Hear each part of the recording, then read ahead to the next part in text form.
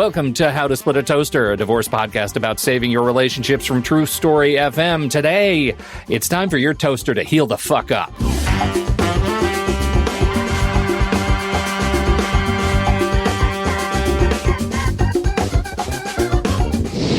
Welcome to the show, everybody. I'm Seth Nelson, and as always, I'm here with my good friend Pete Wright.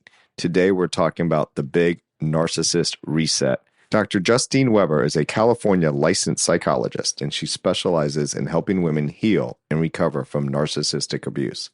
She is certified in the Tina Swithin's High Conflict Divorce Coaching and helps them navigate high conflict divorces and dealing with the legal battles. Fresh on the shelves is Dr. Weber's new book, How the Fuck Do I Heal From This? Understanding Narcissistic Abuse and How to Put Your Life Back Together.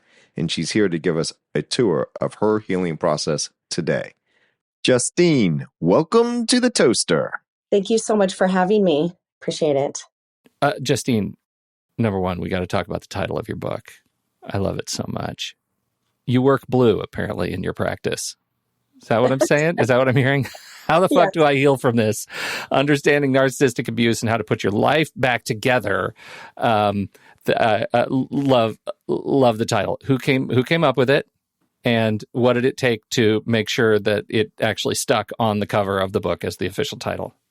Yes, so that's a really good question. And I really am glad that you like the title. I've kind of had this people basically in two categories. They either love it and really resonate, or they're like, oh, you can't do that. That will not sell. Like people will not even have that, in their house and everything. So those are the people that need the book the most. They need the book the most. Exactly. And I do. I know. For one, fuck is a fun word to say. Let's just put it out there. Deeply satisfying. This is going to be a great fucking podcast. Oh, God. It's just a fun word to say. And, when people come to me and hire me to help them heal from this, they're really at this place where they're just like at a loss. They're angry. A lot of them, I always in the consultation, I always ask them, when did you realize this was narcissism? And I get answers from 5 days ago to a week ago to 3 months ago to I've always known. But they're just at this place where they're like, really? That's what this is. Like all of this suffering and pain that I've been dealing with my entire life for 20 years, for 15 years. That's what this is. It's almost like they kind of want a therapist to say, no, this is cancer or, something like that. It's like, that's all this is, because then it's like, oh, but they don't change. So then that's kind of where the anger comes in, because it's like, wait, I've invested all of these years, I've invested everything into this relationship. And you're telling me that he can't change and that this will never change. What the fuck do I do now? So they're just kind of at this stage, like, really? So I kind of wanted to put the word, what the fuck, actually. So initially it was understanding narcissistic abuse, what the fuck. But anyways, my team was like, no, that's kind of weird. And so they came up with this. And I was like, you know what? I like it. No, it's good. Yeah. It's good. Well, what I find so interesting about this conversation is that there are support groups for kids whose parents are suffer from alcoholism. There are support groups for people who have a loved one who's going through cancer, right? And I just find it fascinating with your book is like, this is all about you were with a narcissist, but you were the one being abused. So how do I recover from the decisions that I made that put me in this situation that I now have to kind of like get through on my own, and I can no longer, quote unquote, blame the narcissist who was sitting next to me or across the table or in my bed or whatever, analogy you want to use there. But it's not like you're saying, I have cancer. How do I get through cancer? Right? It's a little bit one step removed, but it was so impactful on how that person dealt with you and how it just changed your life. So I am really looking forward to this conversation. I think, Seth, I think you're right on it, because I think for me, when in the conversations we've had about narcissism, everything we're describing is like the person who's the narcissist is the emotional garbage disposal, right? Like they just take everything you feel and they grind it all up and then do nothing with it. It's just flushed away, right? Nothing ever comes back to help you heal. And this is the thing, like once you experience it, once you are in the space of it, and even say you figure out, like, this is how I want to, this is how I know I have to live my life free of this person, of this relationship. How do you reclaim agency in your life to be a determinant part of your future, right? How do you put your path, like open up your path ahead and figure out, like, I can make choices now. I can make choices that don't have to respect this other poisonous part of my life. All right, Justine, answer it all in like 33 minutes. Yeah, we're going to need you. That's right. We got a tight 20. Second step is that. And then first step, run. Is profit. Never like this ever again. The thing I notice, Seth, with people, with almost everybody that I work with, and this is such a big piece of the treatment, is there's actually self-blame. That's what it is. It's self-blame. These people are suffering because they've been drowning for, potentially years of feeling like everything is their fault. This is me, because the narcissist was so savvy and so good at convincing, manipulating, controlling, creating those thoughts in the victim. And so a big piece of the treatment is really to detach from that, to forgive yourself. And through radical acceptance, the reality is, look, I don't like what's in front of me.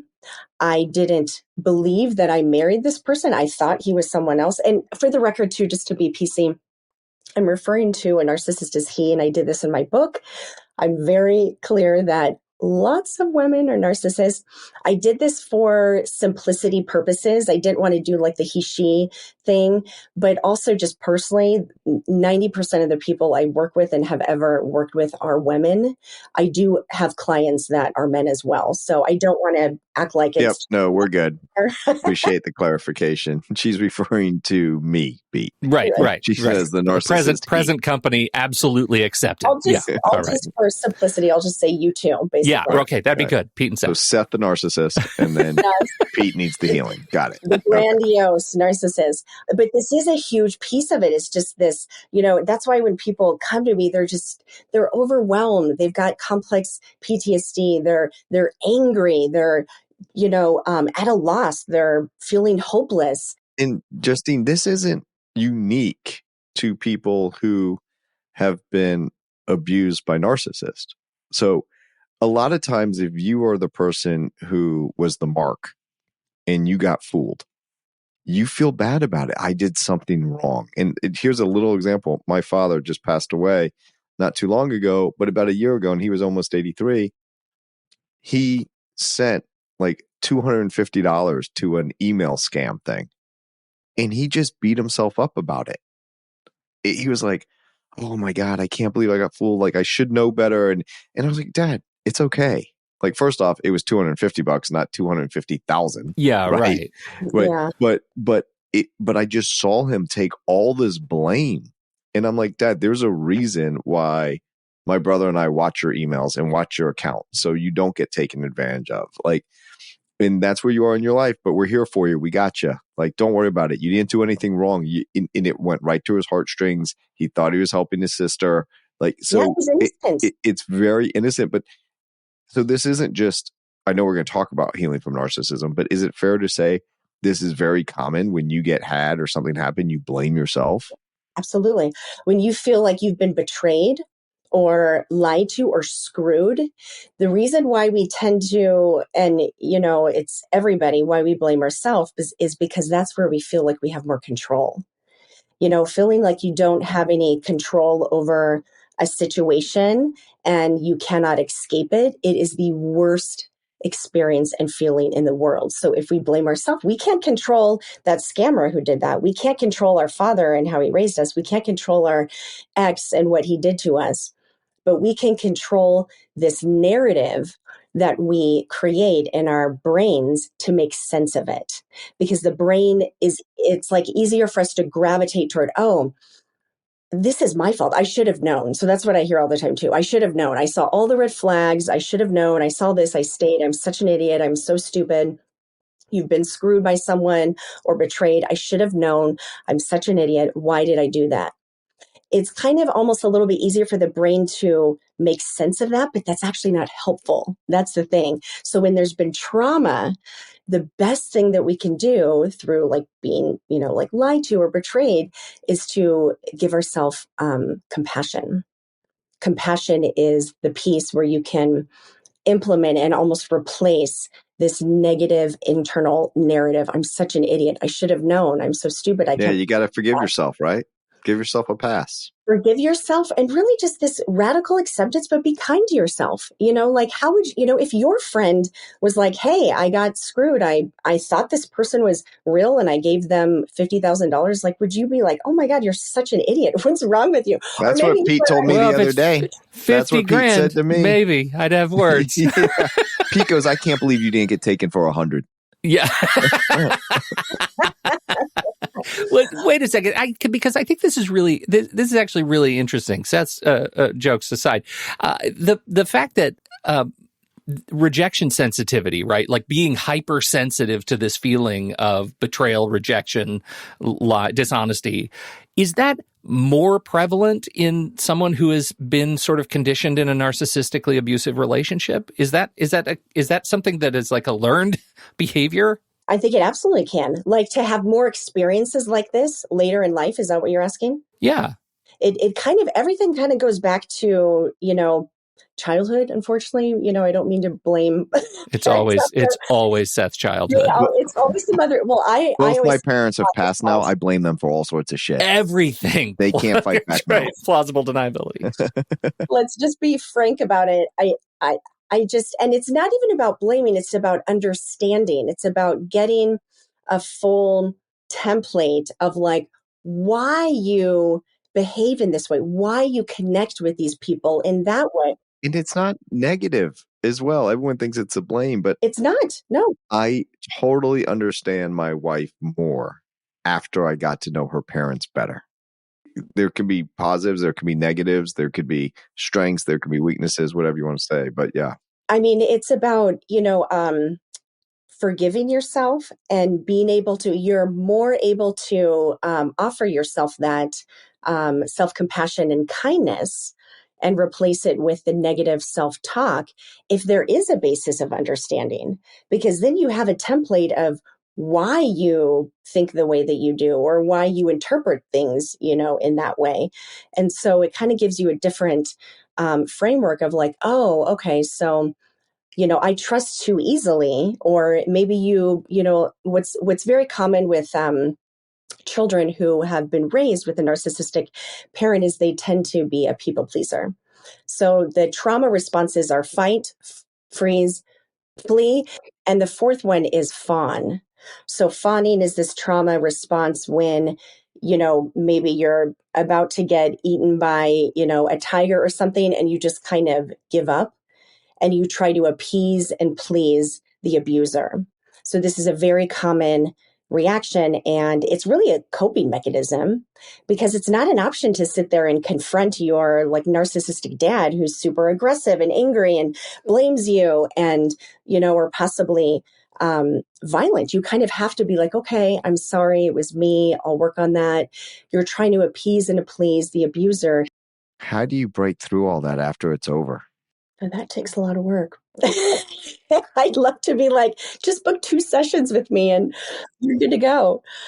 I think this is where, having that framework of like the why and understanding like, so in the treatment with all my clients, we kind of go back to like their parents and what was it like in the upbringing? What attachment style did you develop? Did it feel safe in your childhood? What were you afraid of? Who did you connect with? Did you ever feel safe? And so when we unpack that, this is how we're better able to replace a lot of the negative internal critic talk with self-compassion, being kind to ourselves, self-forgiveness, but then also noticing abusive and bad behavior and calling it out, because children who are raised in environments like this, they don't know. How could you know? I mean, there's a piece where it's familiar. If that's all you know, it's comfortable. And so this is the template that gets ingrained and is almost like this lens in which you use in life to connect to, I mean, when I met, it stems back to my mother, and, but when I met my, ex-husband, it was like, I'm like, this is great. It's perfect. I'm used to this. I'm just going to adapt. I'm going to be a people pleaser. I'm going to do everything. I'm going to say, sure, no problem. I'm not going to have any needs. I'm not going to have any boundaries because I don't need them. And I'm going to be like manipulated and controlled and everything's going to be great. It was like, that's what I was used to. So they don't really put that on the Hallmark card when you get married. I was just buying cards for a young wedding, young couple, and I didn't see that in the Hallmark card section. Why not? Congratulations on your marriage. You're about to be manipulated, controlled, no worth, no boundaries. Right. Congratulations. Roll over. It's going to be great. Well, it's funny you say that actually, because I have a little bit of creative side, but actually I think it's in my second chapter. It starts off the wedding day. And so it starts off like, you've met the man of your dreams and, he's a 10 and like successful, good looking, intelligent, savvy, all this stuff. And so the wedding officiant is like, dear, are you sure you want to marry this person? Soon after you say I do, your entire life is going to be sucked out of you. You're going to put all of your needs aside and he's basically going to destroy your life. Are you sure you want to marry this person? And, I'm in because we got a great buffet and the DJ is awesome. What's going to get me to the tiramisu fastest? Yeah. Just send me to the cocktail table. Uh-huh. Yeah. Well, man, I've got this. I want to build a framework for those who are listening to this. And I think my biggest question is it possible for you to wake up on your own? Right? Is this is everything we're describing seems so cemented from so long ago that it almost feels like it requires some sort of an intervention. Is that fair?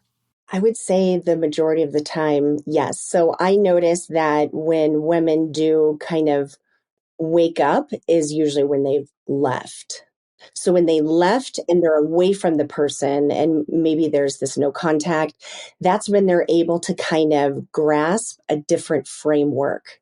But when you're in the relationship and this is what you're used to, and this is what's comfortable and familiar and all of that, even though you're experiencing so much pain and your body's telling you, no, this is not good, this is not safe, this is abusive.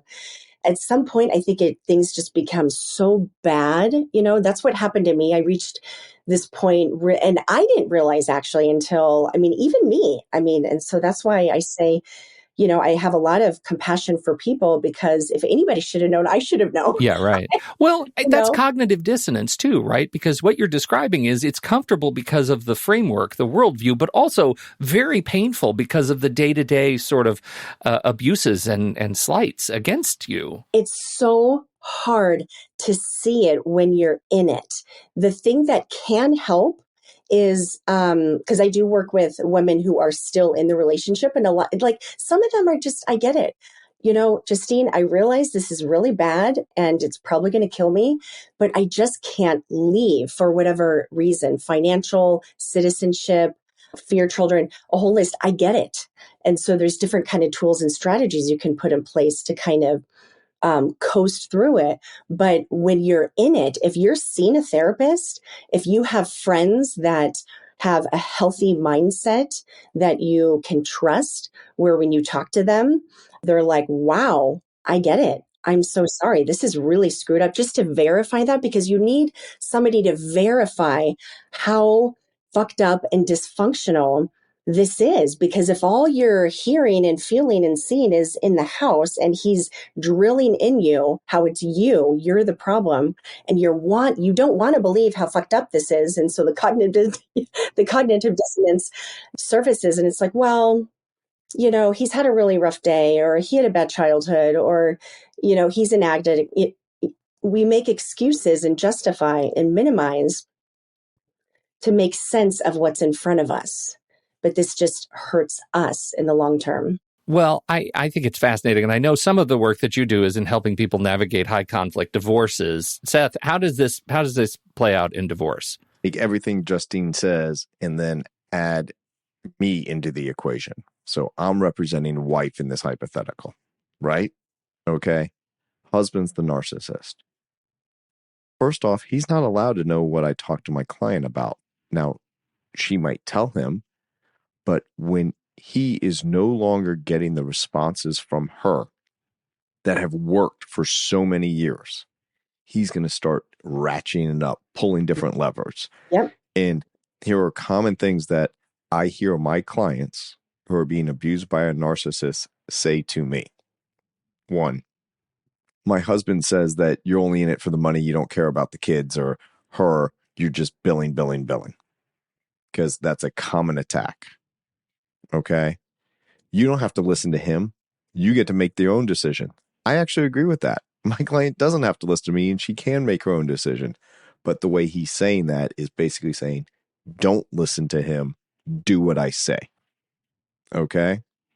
Then there will be, we're waiting on your lawyer. We're always waiting on him. He's the one slowing the process down. Not my lawyer, not me, him. Like, I'm the problem. So here are some tools that I use with my clients to show them to combat those type of conversations. When it says that I'm the problem, that I'm slowing it down, every email I send to opposing counsel, I CC myself and I send it to my client. Here's the update. We just sent over a revised parenting plan and marital settlement agreement for your review. I say to the opposing side, here's the updated one my client has approved. Please get with your client. Let me know your thoughts. I immediately send that to my client. So when the narcissist says, we're waiting on your lawyer, Seth is dragging his feet, she can say, he sent the email 3 weeks ago. Right. And he did a follow-up every single Tuesday.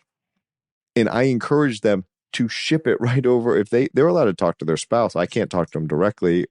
But if they want to share that email, boom, send it over. Because it undercuts their mantra of I'm the problem, the lawyer's the problem, the lawyer's the problem, the lawyer's the problem. Yeah. And the natural sense of gaslighting. Exactly. How easy it is to take control of the narrative through falsity, right? Right. And so the narcissist is going to blame anybody around who is accessible, where, he can gain more control and, to get basically what he wants. And, a way that I help, you're absolutely right, Seth, like a way that I work with my clients to help build and foster that reality in themselves, because they've lost that with the gaslighting. I mean, their sense of like what is true, what's not true, it's just been squashed. But a way that you can rebuild that is to write things down. So I always say, what did your eyes show you? What did your ears tell you? Write it down. So your ex is telling you this, but I wrote this down and I saw this. That's your proof. That's your proof. And you can continue to rebuild from that. And then, kind of eventually, hopefully with time, what he's telling the victim eventually begins to have less intensity. And it's like the voice becomes softer. It's like, yeah, this is what he's saying, but it takes time to build that. And a question that I ask my clients frequently is, do you care what he says? Do you care? Loaded question, right? If you're conditioned in a narcissistic abusive relationship, you probably care a lot, but you don't know why. Exactly.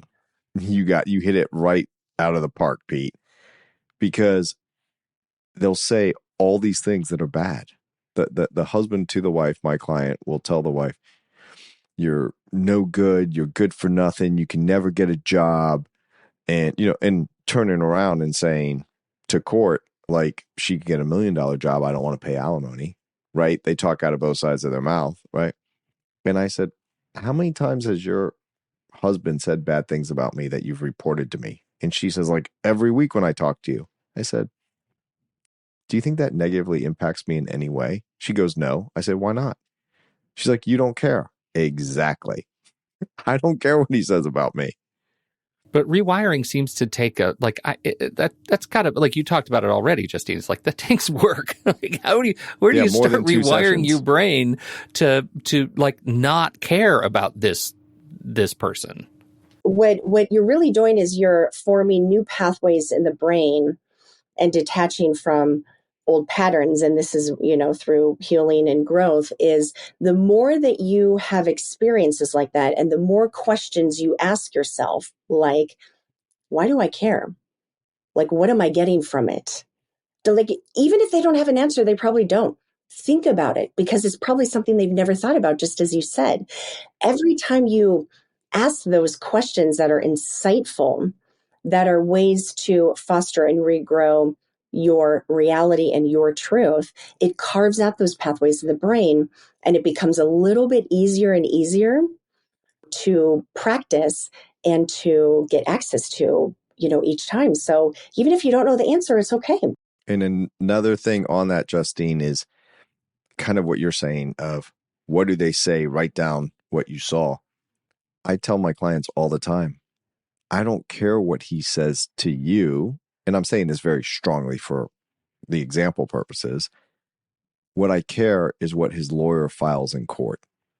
I'm going to take all your money. You're going to be homeless. You dumbass bitch. I can't believe you would ever think about leaving me. You're never going to find anybody. And all my client hears is, you're going to be homeless and you're never going to see your kids. That's what he said. I said, that's not going to happen. Right. He didn't even file in court asking for the house. He didn't even file in court asking to have 100% time sharing or custody of the children, which doesn't exist in Florida. So when I tell you I don't care, I'm telling you from a legal perspective. Yes, it's emotional. Yes, he's pushing your buttons. Yes, he's trying to control. Yes, we have to deal with all that. But one way of dealing with it is not to. Yeah. Now, they hate that. The narcissist hates that. You're so right, because it's like when you don't respond, I always say, like, not reacting or responding to a narcissist is like cutting their oxygen off. It's like they can't stand it, because that's how they get the control when Their they lifeblood. Freaking out and just losing your mind. But all of these clients, and that's a big piece of my work and your work, it sounds like, is really trying to regulate their nervous system, trying to, grow their, and foster their executive functioning skills, because they're all in fight or flight. And so when you're in fight or flight, worst case scenario is going to happen. I'm going to die. I'm going to be on the street. I'm going to be homeless. All of the worst case scenario, which never happens, but it feels very real and it feels very present and likely. And so when you kind of sit down calmly, and that's why writing is a really helpful tool, because you can kind of see clearly what the truth is. And then from there, assess, what is the likelihood of this actually happening? Like on a scale from 0 to 10, like what's the likelihood of it? Right. All right. We'll be right back after this message from our sponsor. Seth, according to the National Institute on Alcohol Abuse and Alcoholism, about 10% of children live with a parent with an alcohol use disorder. It's just tragic. Pete, we hear this statistic all the time. At the end of the day, the courts don't care about the statistic. The courts care about keeping kids safe. And when I mean safe from a party who truly suffers from an alcohol disorder or is being wrongly accused of having alcoholism or some other alcohol disorder. It's easy and it saves you money. Instead of he said, she said, there's SoberLink. SoberLink is fantastic, and they are a fantastic partner to this show. So, what is SoberLink? SoberLink is a device. It's like a breathalyzer, but it is more. You blow into SoberLink whenever you want to prove in real time that you are safe to be with your kids at carpool, at drop-off, at handoff, whenever you're going to be driving. You blow into SoberLink. It uses facial recognition to prove that you were the one blowing at the time that you are taking the reading. It sends it off to the people who need to know, people involved directly in your case, not to be used for publication, not to be used for social media. This just goes to the people who matter most for your case as you are collecting data. SoberLink remote alcohol monitoring has helped over 500,000 people prove their sobriety and provide peace of mind during parenting time. And Seth, word on the street is courts love it. Yeah, and it's not just when you're getting in a car. Let's be clear. People can say, never gotten a DUI. What's the issue? Well, the issue is once you're home at 5 o'clock and you're no longer driving, but you're going to start cooking and having a glass of wine, and that glass of wine turns into 2 bottles. That's now an issue. So it's not just getting in the car. It's when the children are in your care, custody, and control, are you focused on them and not using alcohol? Independent, third-party, real-time verification to support your case. I haven't been drinking. Here's the proof. Those are the words that lawyers and courts love, but here are the words you're going to love. You can save $50 off your device and get started right away at soberlink.com/toaster. That's soberlink.com/toaster. Thank you to SoberLink for sponsoring this show.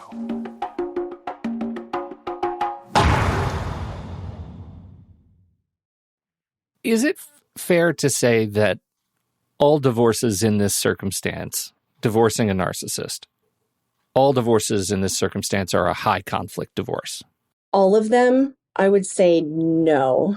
Like, is it possible to peacefully divorce a narcissist? I'm going to say no to that. The only time I've ever really seen it is when the narcissist has moved on to another victim. Okay. Right?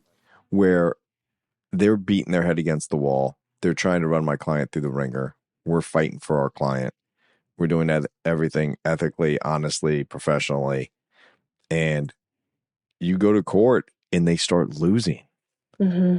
And they'll never say it because they'll blame the judge. Mm-hmm. They'll blame me. They'll blame their lawyer and fire that lawyer and get a new lawyer. It's always somebody else's fault.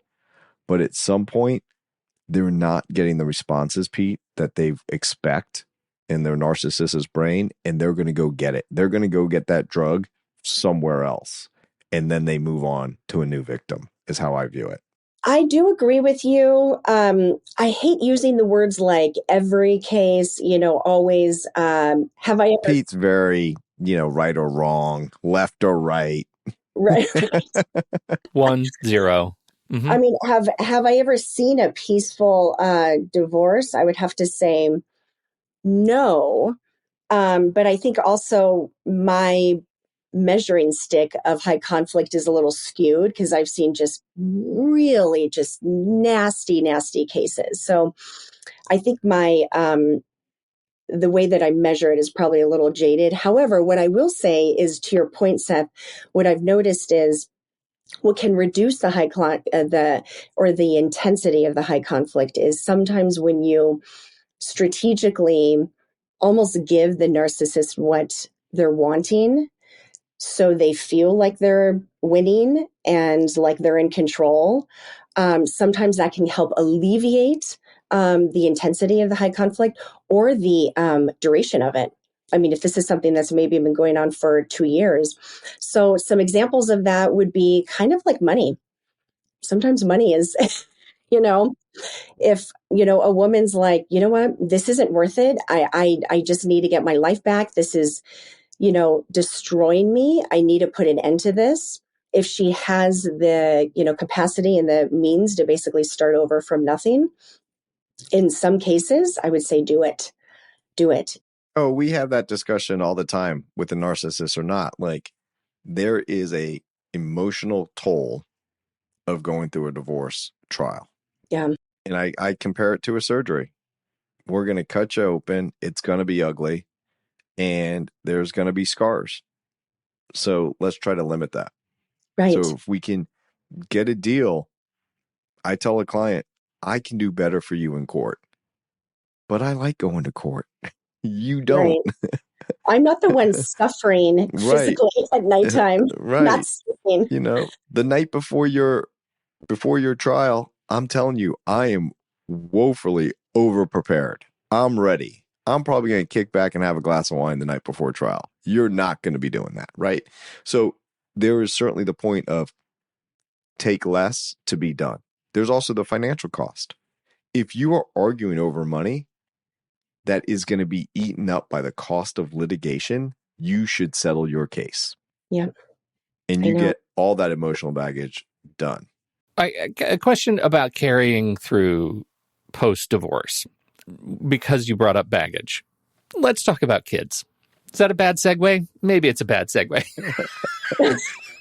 I'm not calling all kids baggage, but some of them have a bit of a heavy load. No, that's a joke. Listen, some of them are carry on and some you just want to check them underneath. Okay? For sure. Put a tag on them. What's your experience watching through the context of rebuilding your life after a narcissistic relationship? You get the divorce. You still, in some capacity, largely have to deal with this person if you have kids of that age. What does that relationship need to look like in order to maintain the healthy boundaries that you're trying to cultivate and still get something done and raise healthy kids? Oh, that's such a tough question. I think this is where you have to be really clear about what your boundaries are, what your needs are, ways to set those boundaries. Flexibility, adaptability is a huge piece of it as well. Can we talk about that for a minute? That flexibility and adaptability, because people, in my experience, change what they're fighting for. And here's what I mean. You're dealing with a narcissist. And I tell my client, look, he's not going to change. So be flexible. You have let's call it a 50-50 time sharing, custody visitation, it's even. And he constantly is calling last minute and saying, I can't take the kids, you need to pick them up. I can't take the kids, you need to pick them up. Now, this is a guy that was going to go to trial over 50-50. Mm-hmm. Right? Yeah. Oh, this happens all the time. And every he's time. giving away what he was fighting for. And my client will call me and say, I'm always rearranging my schedule. I'm always doing this. And I said, okay, I appreciate how that's freaking annoying and you feel like he's getting the upper hand. But what's more important to you? You have your kids. Exactly. And that's what you told me you wanted. And if I would have told you, you're going to have your kids 75% of the time, 50% you know when it's going to be, the other 25% is going to be last minute. Will you take them? You would be like, yeah, I'll drop anything I'm doing to have my kids. But there's this control factor that's happening. And that's what they're mad about. And I say, let that go. He's giving them to you. That's what you wanted. So a lot of it is refocusing what is important to you. Now, I have other situations where the kids stop going. Maybe they go every other weekend and now you have them 80% of the time. And then they call and tell me, I want more child support. I have them all the time. I said, remember my notes? Let me pull them out. The reality you told me, I'll take no child support if I can get my kids 80% of the time. Before we went to litigation, you have that now. Don't kick the bear. Be really clear about what problem you're trying to solve here. And through flexibility and adaptability, and this is where you kind of have to, just change the way that you interpret things. It can be very triggering when you've been controlled and like manipulated for 20 years or 15 years. And then, he's making changes last minute. It can feel like, oh, of course, because I'm worthless, because my time is not like valuable and everything. But for women, if you're really wanting the majority of the time with your children, rather than fighting, because they all do this, they all fight for 50% out of nowhere. They've never done anything with these kids for probably 15, 20 years. But now after the divorce, it's like, oh, I'm dad of the year, again, for their ego. I need to prove how I'm such a great dad and need to be around my kids. Which I think is hilarious. I think it's hilarious because they say, I need a piece of paper that says I'm 50-50 because look, I'm going to show I have 50-50. Yes, it's all for the image. Then you're going to hang out with your buddies and you're going to talk about how you got 50-50. and they're with you 75% of the time, your friends, and the kids aren't around. Or you say that to the new girlfriend, like, yeah, I have 50-50, and then she never meets them. Right. It's very bizarre. And so this is where it's like, or my favorite thing is a babysitter. So you have the kids for barely 50% of the time. And then when you have the kids, you have a babysitter 100% of the time. And so like, I see this a lot too. It's like, why have a babysitter if you can't watch the kids? Just give them back to their mom. But it's like this, control thing. No, they go tell their friends, I have them 50. I'm such a great dad. But this is where strategically, what I like to kind of guide my clients in is like, look, there's a saying like, you can't reason with somebody who's not reasonable. You can't have logic with somebody who's not logical, but you can manipulate a manipulator. And so strategically be creative with how you phrase things. So like, for example, I had a client, 50-50. She was really angry about it. She ended up letting it go because I was like, look, is this a battle you really want to fight for? Chances are he's probably going to give you the kids, the majority of the time anyway. So just let him feel like he's won. So, if you call your ex and just give them what they want to hear, the kids love being with you. And, they always get so excited when they go see dad. I also do know that you work so hard. You're so successful at your job and it's very demanding. So whenever you have visitation of the kids, you need a break too, because you work so hard and you're so successful, the kids. And I really appreciate, the money you give us. Whenever you need a break, or if you just like need to work or you're on a business trip, I will take care of the kids. No questions asked. I will go pick them up at any time. And it's not a problem because you need a break too, even though the kids are really sad when they don't see their dad. So like that strategy, it actually eventually, because she said this a number of times to him in a different way.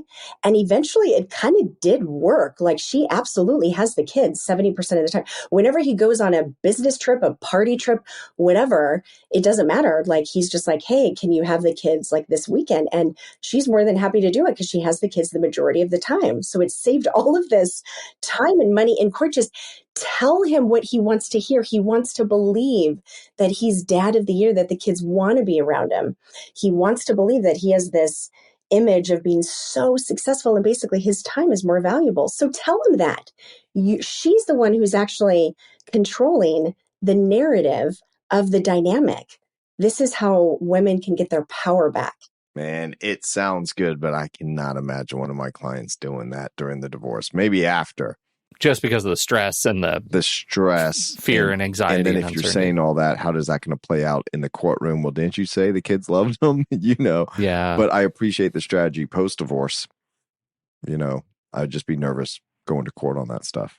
I agree. And you would never write something like this down, through a conversation, or if anything, it might, help alleviate some of the intensity during court. If he feels like it's not like a battle, you're not fighting, but we're actually sort of on the same team, or at least he maybe believes it. But I agree. It takes a lot of courage. I mean, I have women that are like 2-3 years out, and this one woman, she was getting no financial support. Her ex lived in a foreign country. It was so complicated. I mean, it really was so complicated. So I was like, you know what? I spoke to an attorney and she was just in a really screwed up situation. So I was like, your best strategy is being so nice and complimentary toward him in hopes that he gives you something. It's not worth going to court because of how complicated the situation was. And so she tried that and it hasn't gotten worse, put it that way. But it takes a lot of courage to suck it up and be like, how is your day? You are such a good dad. I mean, yeah, strength to you want to murder. Right. Somebody want to strangle. Hopefully the answer to that and so many more questions are in the book. How the fuck do I heal from this? Understanding narcissistic abuse and how to put your life back together. Now, the book is brand new, right? Yes. Outstanding. All right. So this is very fresh. Pete, we're ahead of the curve. I know. On pop culture, I'm like 5 to 10 years behind. I know, but on divorce self-help books, you're on the money. That's a weird flex, but okay. Justine, where do you want to send people to learn more about it? I have a website, drjustineweber.com. That's my coaching business website. And I'm on all of the social media platforms, TikTok, Instagram, Facebook. Seth's there too. He's gonna be sure, especially TikTok. He loves TikTok. Old TikTok Nelson, they call him. He's not on TikTok. That's exactly what will be written on my gravestone. Well, we sure appreciate this. We will put all the links to the show notes, in the show notes, to all of the places where you can go learn more about your work and pick up the book. You're fantastic for coming and hanging out with us and teaching us a little bit more about how to navigate the uncertain waters, rocky, stormy seas of the narcissistically abusive relationship. I don't know. Is my metaphor? I think there are 5 metaphors in the last sentence. That's pretty good. I'm thinking, how the fuck do I figure out that metaphor? My second book is going to be called "What If I Didn't Fucking Heal?" Nice. Outstanding. Oh, there's maybe a much bigger market for that. I'm 3 years out. I didn't fucking heal. My life's worse. Oof. Well, we sure appreciate you being here to talk about book number 1. Thank you so much for having me. Thanks again, everybody, for downloading and listening to this show. We appreciate your time and your attention. On behalf of Dr. Justine Weber and Seth Nelson, America's favorite divorce attorney, I'm Pete Wright. And we'll catch you back here next week on How to Split a Toaster, a divorce podcast about saving your relationships.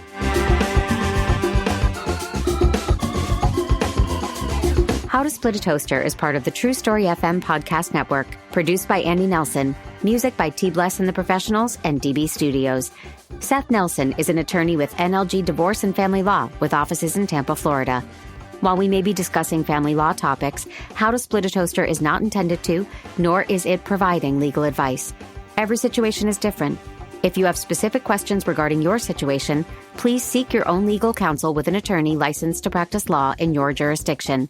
Pete Wright is not an attorney or employee of NLG Divorce and Family Law. Seth Nelson is licensed to practice law in Florida.